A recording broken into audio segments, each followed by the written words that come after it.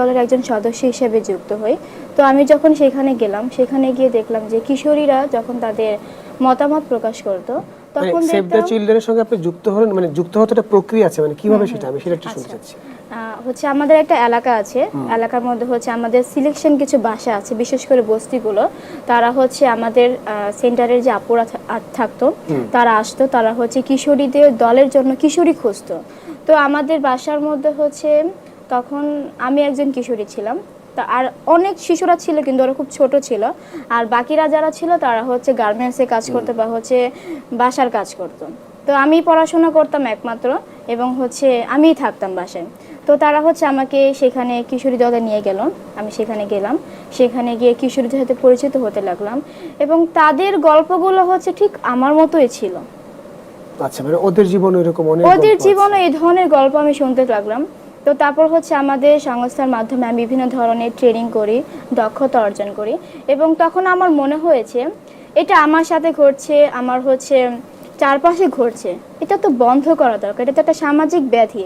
এটা যদি, এই চিন্তাধারা যদি সবসময় মানুষের মাঝে থাকে, তাহলে আমাদের সমাজটা তো কখনো এগোতে পারবে না, এবং আমাদের নারীদের এগিয়ে যাওয়ার পথে এটা হচ্ছে খুবই বাধা সৃষ্টি করবে। তো তখন হচ্ছে আমি আমার দলের সাথে এটা নিয়ে আলোচনা করি যে আমাদের এটা নিয়ে কাজ করা দরকার।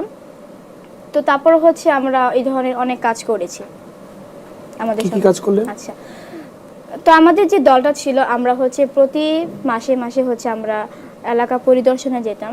সেখানে গিয়ে দেখতাম যে কিশোরীরা কি অবস্থানে আছে, যারা আমাদের কাছে আসতে পারতো না, আমরা তাদের কাছে যেতাম যে তোমার কি অবস্থা, তুমি কিভাবে আছো, তোমার কি কি সমস্যা হচ্ছে।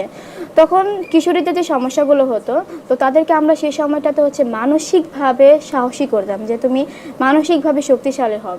এবং শুধু কিশোরীকে বোঝালেই তো হবে না, বাবা মাদেরকে বোঝাতে হবে। কারণ বাবা মাদেরকে না বোঝালে তারা হচ্ছে প্রতিবেশীদের দ্বারা হচ্ছে, মানে কি বলবো, প্রতিবেশীদের দ্বারা ইনফ্লুয়েন্স হবে, এবং তারা তাদের হচ্ছে কিশোরীদেরকে জীবনটাকে নষ্ট করে ফেলবে। তো তখন হচ্ছে বাবাদেরকে মাদেরকে হচ্ছে আমরা বাসায় বাসায় গিয়ে কাউন্সেলিং করতে লাগি। তারপর হচ্ছে আমরা 2-3 মাস পর পর আমাদের সেন্টারে নিয়ে এসে তাদের সাথে আমরা মিটিং করছি।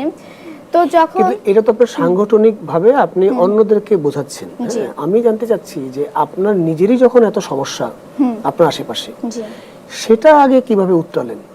তারপরে তো অন্যকে অ্যাডভাইস দেওয়ার জন্য আপনি নামলেন, কিন্তু আপনি যে সমস্যার মধ্যে পড়ে আছেন সেইটা, এই বাধাটা অতিক্রম করলেন কিভাবে? আপনি সেভ দ্য চিলড্রেনে যুক্ত হলেন, আপনি যখন স্কুলে যাচ্ছেন তখন তো আশেপাশে মানুষজন নানা রকমের কথা বলছে, তো আপনি যখন এই প্রোগ্রামে যুক্ত হয়ে যখন বিভিন্ন জায়গায় যাচ্ছেন তখনও তো নিশ্চয়ই মানুষরা আপনাকে অনেক কথা বলেছে, সেই জায়গাটা অতিক্রম করলেন কিভাবে? আচ্ছা, কিছু কিছু সময় হচ্ছে আমি এটা মনে করেছি যে ওরা হয়তো নির্বোধ, ওদের সেই অক্ষর জ্ঞানতা নাই, তার জন্য তারা এই ধরনের কথা বলছে। কারণ হচ্ছে আমি যখন বাইরে যাচ্ছিলাম তখন দেখতাম যে মানুষ কত কিছু করে ফেলতে পারছে। আমি দেখতাম যে একটা প্রত্যন্ত অঞ্চল থেকে একটা মানুষ এসে বড় বড় অবস্থানে যাচ্ছে, বড় বড় কিছু করছে। তখন আমি ভাবলাম যে আমাকে এগুলোকে অ্যাভয়েড করতে হবে। কারণ এগুলো যদি হচ্ছে আমি যদি এরকমই চিন্তা ভাবনা করি, বা ওদেরকে যদি আমি হচ্ছে প্রশ্রয় দিই, বা হচ্ছে ওদের কথাগুলো আমি সবসময় মনে রাখি, তাহলে হচ্ছে এটা আমাকে এগিয়ে যাওয়ার পথে অনেক বাধা সৃষ্টি করবে। এবং এটার মধ্যে হচ্ছে আমার মা যেমন একটা হচ্ছে ভূমিকা করেছে, খুব গুরুত্বপূর্ণ ভূমিকা রেখেছে, এবং তার সাথে হচ্ছে আমার একজন ফুফাতো ভাই ছিল, রিয়াদুল ইসলাম রলিম। তিনি হচ্ছে আমাকে এটার মধ্যে অনেক বেশি আরও সহযোগিতা করেছে। তিনি হচ্ছে আমার ভাই, একাধারে আমার ভাই, আমার শিক্ষক এবং আমার উৎসাহদাতা। তিনি বাবা মাকে সেই ছোটবেলা থেকে এখন পর্যন্ত বুঝিয়ে যাচ্ছে যে রোকসানাকে পড়াশোনা করতে হবে, ওকে পড়াশোনা করতে দাও, ওকে পড়াশোনা করলে জীবন বড় কিছু করতে পারবে। এবং আমাকে সবসময় বুঝিয়েছে যে তুমি এই মানুষগুলোর কথা শোনো না, তুমি জীবনে যখন একটা পর্যায়ে যাবে, সমাজে যখন তোমার একটা অবস্থান তৈরি হবে, এই পিছনের মানুষগুলা যখন তোমাকে এত কথা বলছে, মানে তোমাকে নিয়ে এত সমালোচনা করছে, কোনো কিছু ভাবছে না কিছু বলার আগে, তুমি যখন একটা অবস্থান তৈরি করতে পারবে নিজের সমাজে, তখন সেই পিছনের মানুষগুলো যখন তোমাকে নিয়ে একটা কটূক্তি কথা বলবে, তখন তারা 10 বার চিন্তা ভাবনা করবে যে ওকে নিয়ে আমি এই কথাটা বলবো কি বলবো না। তো তিনি আমাকে এই সাহসটা জুগিয়েছিলেন। এবার আমি রুমানার কাছে যাই।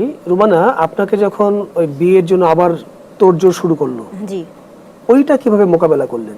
ওইটা 2024 সালে শিশু এসকেএস ফাউন্ডেশনের সেভ দ্য চিলড্রেন আওতায় আমাদের গ্রামে একটা শিশুদের জন্য কর্মসূচি হয়, ওখানে কিশোরী দলে আমি অন্তর্ভুক্ত হই। প্রতি মাসে সেশনগুলো ছিল, ওখানে আমি প্রত্যেকটা সেশনে অংশগ্রহণ করতাম। আচ্ছা, আপনি তো গাইবান্ধা একদম প্রত্যন্ত অঞ্চলে, তার মানে ওইখানেও সেভ দ্য চিলড্রেন গিয়েছে? ওখানে এসকেএস এর আওতায় সেভ দ্য চিলড্রেন ওখানেও কাজ করছে।